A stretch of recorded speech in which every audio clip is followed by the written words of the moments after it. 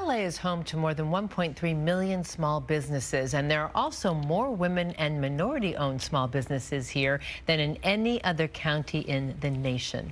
Our Aziza Schuler takes us to South LA, where a local entrepreneur is planting some roots, and she's got a budding business. Good morning to you. Good morning. Good morning, Giselle and Melvin. You know, I always find it very interesting learning about how small businesses get their start, like this one, the Plant Plug in South Los Angeles. They turned their backyard into essentially a miniature farm. You have chickens here that lay eggs, and then we have a garden space that's pretty small, but they're able to grow and sell thousands of plants a year. Now, this is only part of the business. The real root of this small business is actually creating equity in the community through planting. Here's how. When they transformed their 200-square-foot backyard in South Central from dirt to a miniature farm, Taylor Harrison said at first nothing came out perfect. This one was more of a struggle plant. But mastering the process is what Taylor fell in love with. Gardening, it's heart, it's intention, but the idea of obtaining perfection would be, how does it taste? Nutrient density, abundance, affordability, organic, staying organic, you know? Known locally as the Plant Plug because of the connections they make among plant lovers. But selling plant seedlings like these cayenne peppers and kale plants is only half the business. The root of their small business is teaching the South Central community how to grow their own food in small spaces. Connecting people to the process and also know that they can produce on their own without the dependence of a grocery store.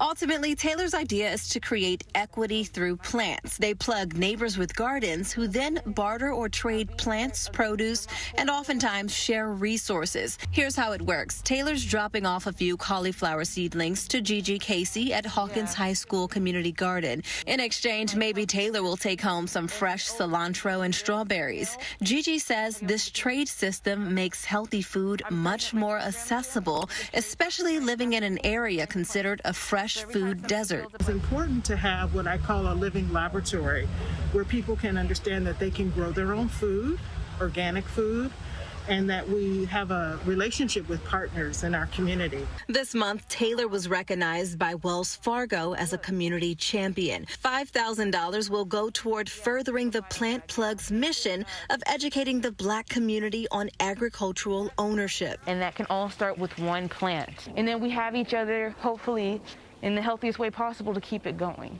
Planting seeds and knowledge that'll harvest in gardens throughout South Central. Yeah.